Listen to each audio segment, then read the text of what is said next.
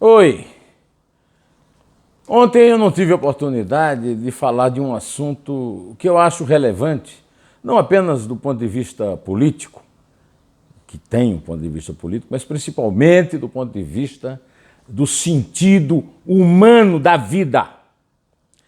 Eu achei corretíssima a decisão do Ministério Público Federal da Operação Lava Jato em permitir e mandar a Polícia Federal articular a possibilidade de um traslado do ex-presidente Lula da Sala de Estado-Maior da Superintendência da Polícia Federal em Curitiba para São Bernardo do Campo para velar e assistir à cremação de seu neto, Arthur Araújo Lula da Silva, de 7 anos, que morreu de meningite meningocócica.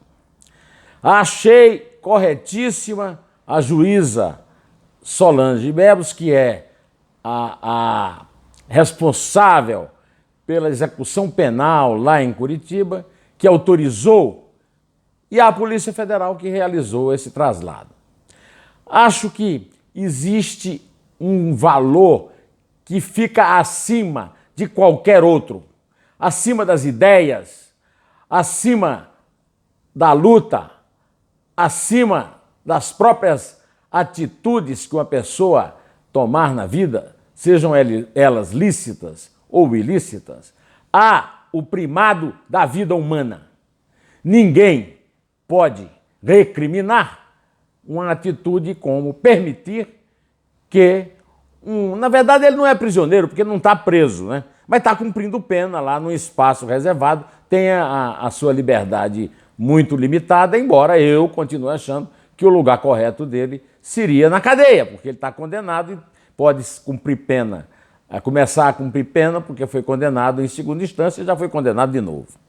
Mas, diante desta realidade, eu volto aqui a dizer que permitir que ele fosse se despedir do neto é uma atitude humana.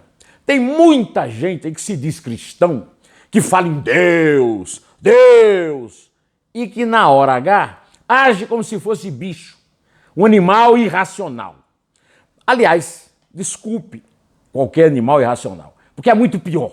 A atitude dessa gente que não quer permitir que uma pessoa chore o seu morto, ou que no momento de despedida de um grupo sorria nesse momento, como foi o caso do aproveitamento estúpido de uma foto que foi feita do Lula.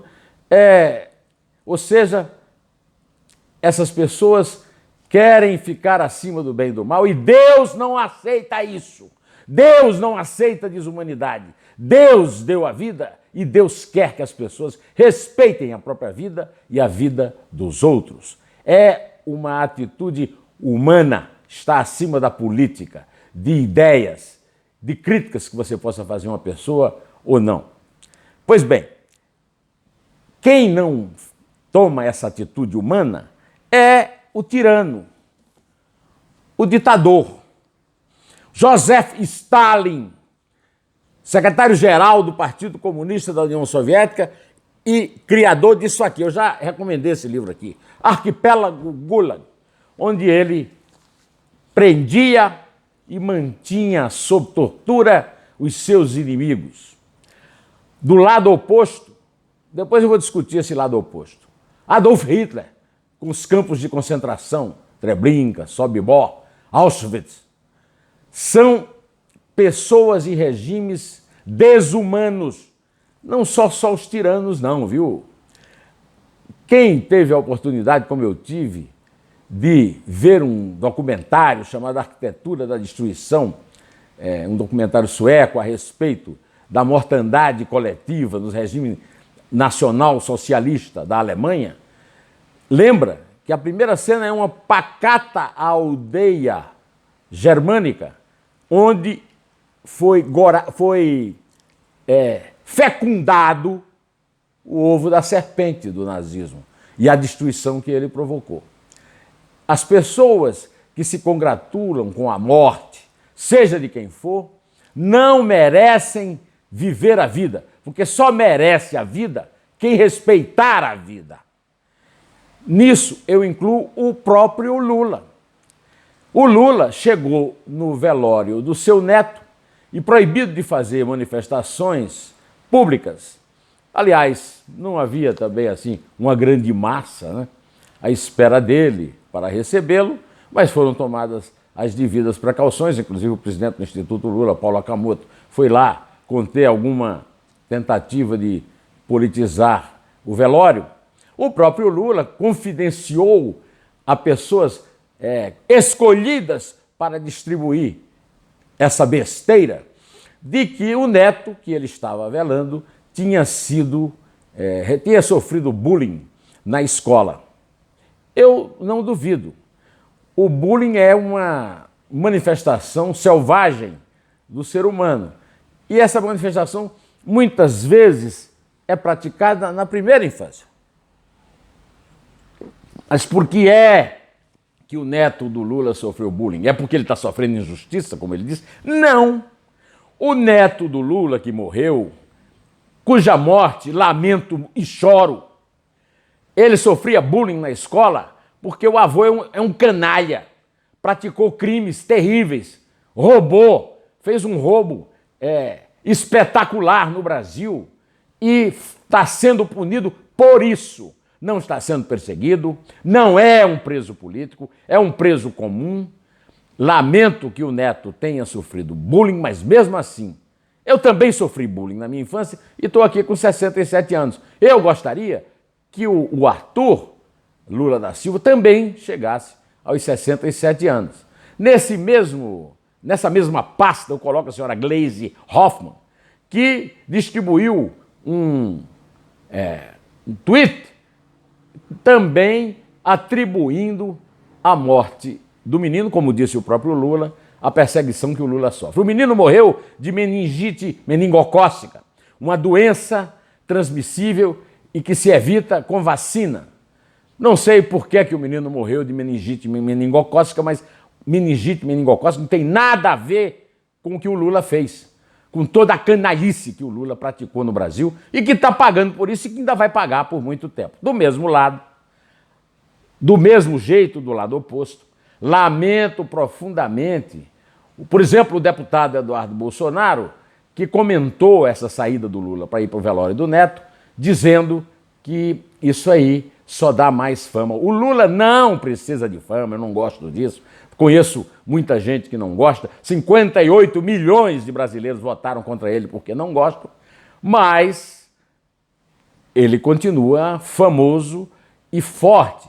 Tem uma militância tão forte que ele foi ao segundo turno da eleição presidencial. Não tenha a ilusão de que foi o Haddad, que o Haddad é um zero à esquerda. Quem foi? Foi o Lula.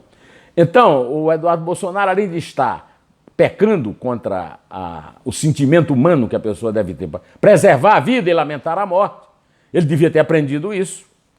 Não aprendeu porque, na certa, não lhe ensinaram, mas a verdade é essa. Errou. Errou feio. Errou como errou o Lula, errou como errou a Gleisi, e erraram todos. Que eu evitei, inclusive, ler comentários desse gênero, porque eu confesso que eu não tenho estômago para aguentar esse tipo de comentário. Pois bem, também não tenho estômago para conviver com o fato de que o lugar-tenente do Lula, o senhor Zé Disseu de Oliveira, foi mais uma vez delatado pela OAS de que teria recebido propina de R$1 milhão, foi condenado a 30 anos de cadeia e continua solto graças à benemerência do Supremo Tribunal Federal e particularmente do seu ex-empregadinho Dias Toffoli, que o soltou por decisão monocrática e depois conseguiu a adesão de Ricardo Lewandowski, que também é um leve-trás do PT, e do Gilmar Mendes, que virou defensor do PT depois que os tucanos foram também incluídos naquela grande rede que a Operação Lava Jato colheu entre corruptos e ladrões do Brasil. Quero também lamentar que o desembargador Nevison Guedes, lá do Superior Tribunal de Justiça, tenha impedido o inquérito da Polícia Federal sobre quem pagou os advogados de Adélio Bispo de Oliveira. O Brasil precisa saber quem pagou, seja agora, seja depois que se reúna a turma do STJ para decidir isso. Espero que essa turma corrija essa decisão idiota, decisão protecionista, corporativista desse desembargador, aliás, desse ministro do STJ em favor de advogados. O crime foi um crime político, um atentado à democracia, a facada no Bolsonaro. E precisa ser investigado, e nós queremos saber quem paga os advogados do senhor Adélio Bispo de Oliveira. Quero aqui também registrar que o Ministério Público pediu que a Vale afastasse o seu presidente Fábio Schwartzman e mais 13, entre diretores e gerentes. Por que é que a Vale não fez isso ainda?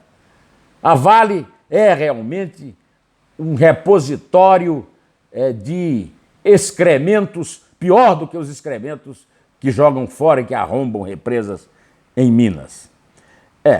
E quero terminar lembrando que a Assembleia Legislativa do Estado do Rio de Janeiro já mostrou que o depoimento por escrito de Fabrício Queiroz, o ex-assessor de Flávio Bolsonaro, é uma farsa. É uma farsa desmontada peça a peça. Essa história ainda vai dar muito pano para manga. Mas, enquanto a chuva não vem nesse sábado de carnaval, eu me despeço. Direto ao assunto. Em pé. E só a verdade nos salvará.